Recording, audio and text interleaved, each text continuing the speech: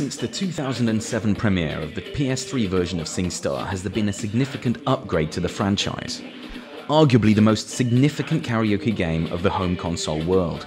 At least not until now, with SingStar Dance and SingStar Guitar being released mere weeks apart. So has the SingStar stagnation stopped?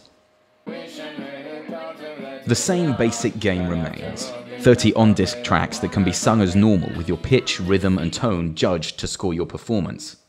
Recent additions to the basic engine, patched on all SingStar PS3 versions, allow for you to sing with vibrato if that's your style, without penalty, and generally the singing side of things remains solid, accurate and enjoyable. Now the real reason for doing a video review of SingStar Dance can only be to show footage of people, myself included, dancing around like idiots. The truth is that the dance system, while it seems to work, is flawed and inaccurate. Despite a seemingly accurate calibration system that promises to track your right arm accurately, much to our disappointment, dancing with SingStar suffers from the same syndrome as the Wii's entertaining but flawed Just Dance controls. It is possible to rack up a good score, indeed a better score, by just concentrating on moving the controller in time with the music, rather than trying to copy exactly the dance movements on screen. However, that's not the limit of the issues that turn SingStar Dance into a poor cousin of even Just Dance. So I can sing green and I'm not really doing anything. While the dances themselves are perfectly well choreographed, and a good quality recording of the dancer is presented throughout the song on the side of the screen, there is no way of knowing what moves to do next. It is literally a case of copying the on-screen dancer, and in a game where the precision of your dancing is meant to give you your score, it basically boils down to having to learn a full choreographed routine for each song before being able to play it properly. This removes the inclusive nature of the game, and means that someone joining in for the first time has a serious disadvantage. Not only that, given that most dance moves start to the right, the hand which is being tracked by the move, even if you manage to pick up a dance move straight after seeing it, it's already too late for the first time, and many of the songs change routines so quickly that you really have no chance of picking it up in time to get any chance of a decent performance on the first go. An average player having to learn 30 full-length dance routines is frankly a ludicrous expectation, and really ends up leaving your only option being to flail around like some kind of mental patient.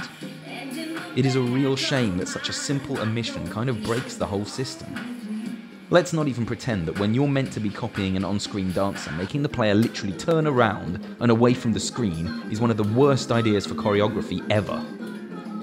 If that didn't frustrate us enough, there are dance partner moves which require 2 people to perform, and 2 move controllers, and while being a rather great idea, will require further pre-learning and rehearsal for each song.